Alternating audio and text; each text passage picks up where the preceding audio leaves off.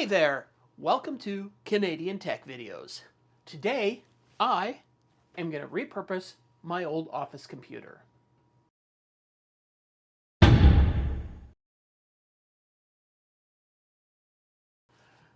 This is my old office computer. It's an Acer Aspire TC885.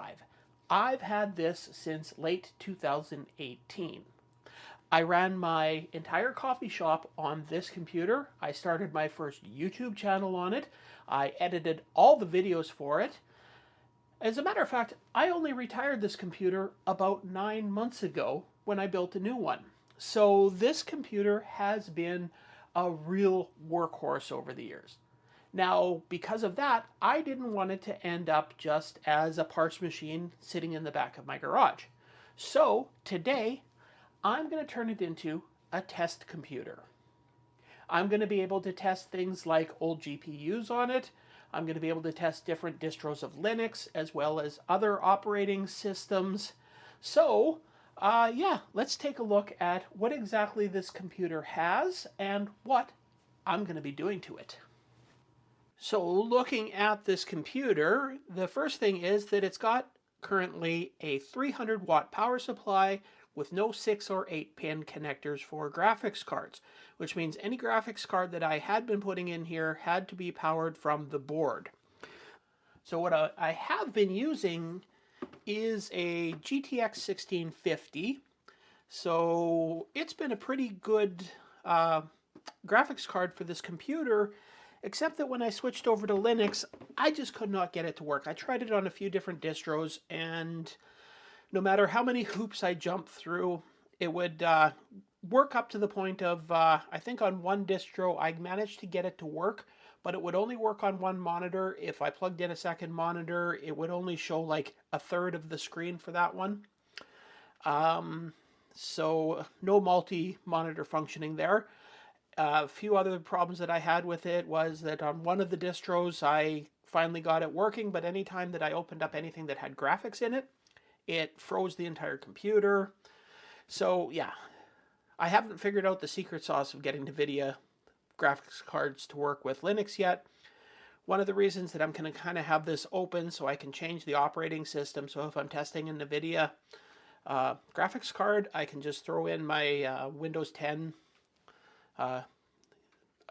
drive and then test with that. So, but anyways, so I'm going to be changing out the power supply.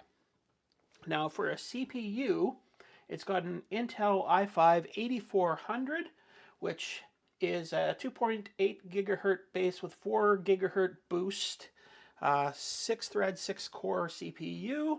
It's got built-in UHD graphics 630, so we'll be testing that out so that we can kind of have a baseline of what this computer does by itself compared to any of the graphics cards I put in it.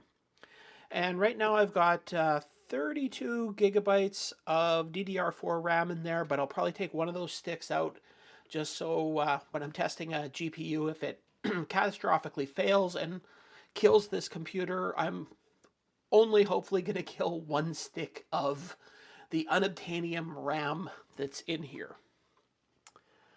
All right, and I'm of course going to have to take out this drive cage, and I will have to take out the CD drive. And then when I do that, I will have enough room in this computer to fit approximately an 11-inch wide graphics card. So that's a pretty good size. And yeah, I could take the board right out of here and just use it to test outside of this case, but you know, I kind of like to have the case just to contain everything. So I guess the first thing we'll do is get rid of this drive cage and the DVD drive. So first things first, as I am going to take out the hard drive caddy here.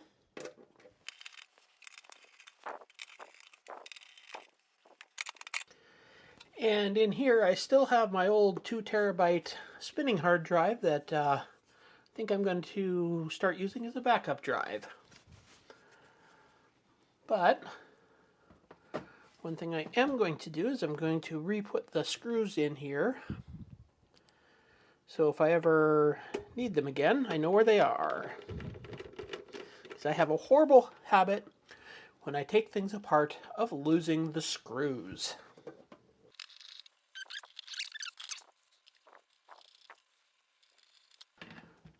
And I have to take out this, so I'll disconnect this right now. Take out the DVD drive.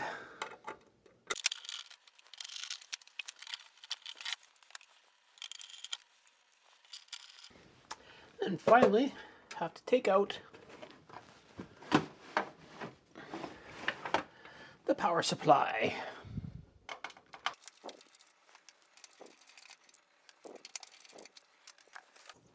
One of the things I like about these Acer Aspire boards is, man, that's tight. Ooh.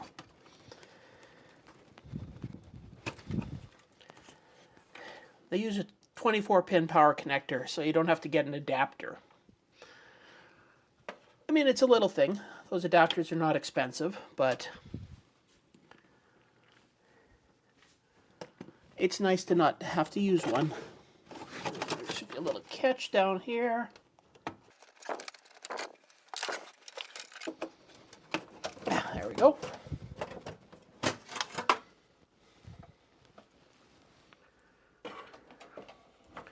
So yeah, there's a little catch down here that holds the power brick in place. So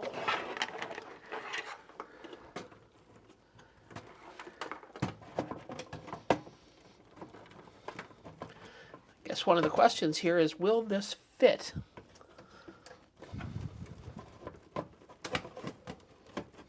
Well, looks like it. There we go.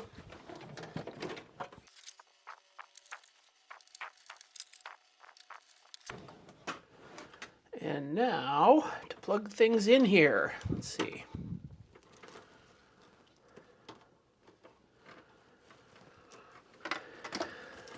.24-pin for power.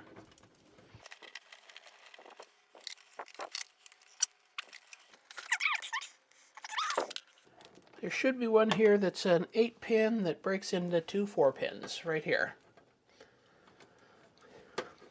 So the one that breaks apart into, so it's an 8-pin that you can break apart into 2 4-pin connectors, and then this one's just a 4-pin connector for CPU power, so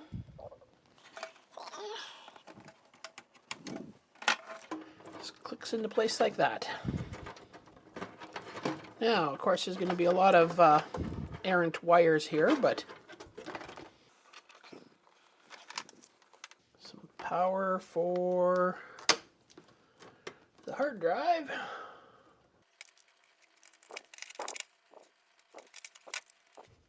Connector for the hard drive. And I'm going to go get something to tie these wires together.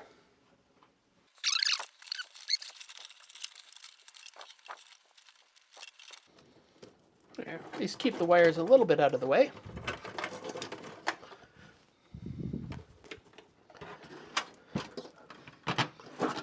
And now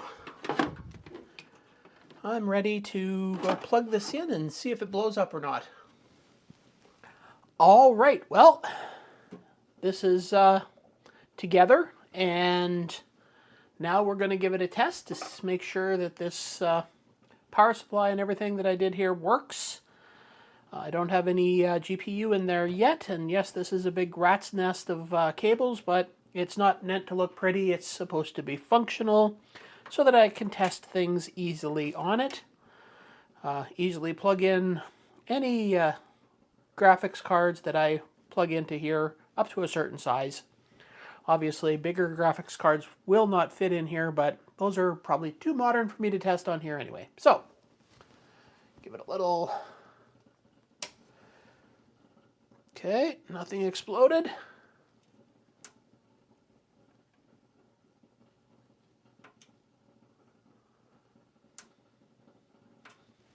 Or was the power on already?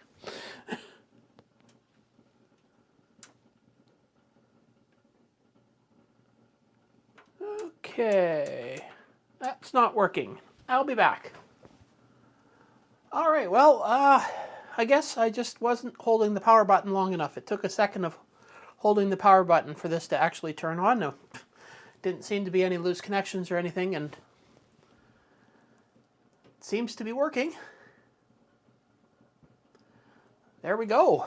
So this is, of course, Maple Linux that I'm running on this particular hard drive. So let's start recording the screen here and trying some stuff out. All right, now that I have everything set up here, I want to run some tests so that I can have some baseline numbers for when I actually get some GPUs to test in here to see if running older GPUs in an older computer like this actually improves the performance, and by how much. So, first things first, a little bit of Heaven benchmark.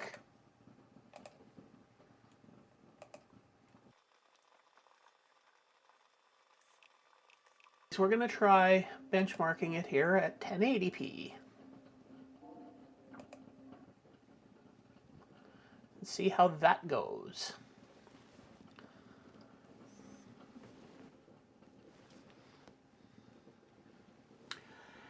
And there we go. An average of 10.2 frames per second, a score of 256, a minimum of 7.2, maximum of 18.3.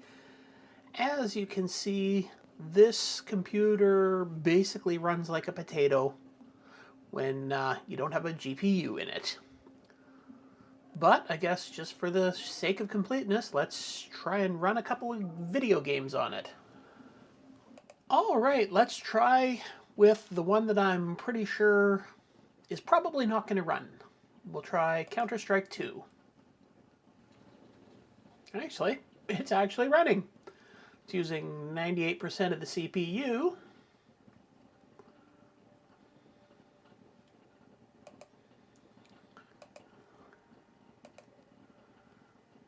And what are we, 30 frames per second, and it seems to have frozen.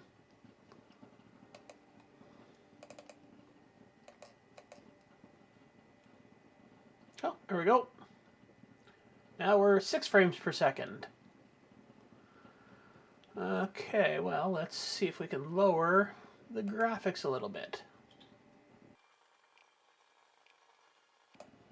Try it in 1280 by 720. All right, we are now playing, and good lord, we're at 10 frames per second.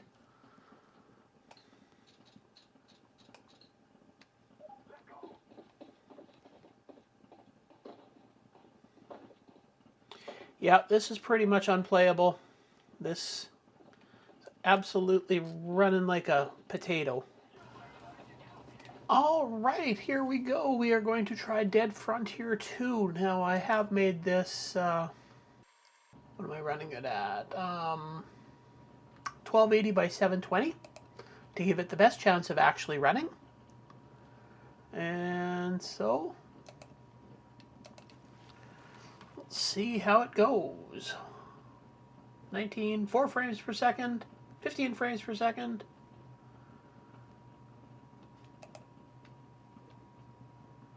Ooh, look at that screen blurring. Oh my god. That,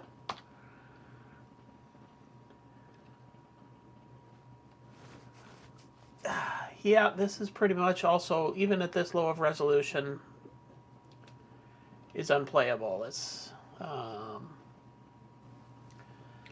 and now we'll see if it'll run even a really old game like Fallout.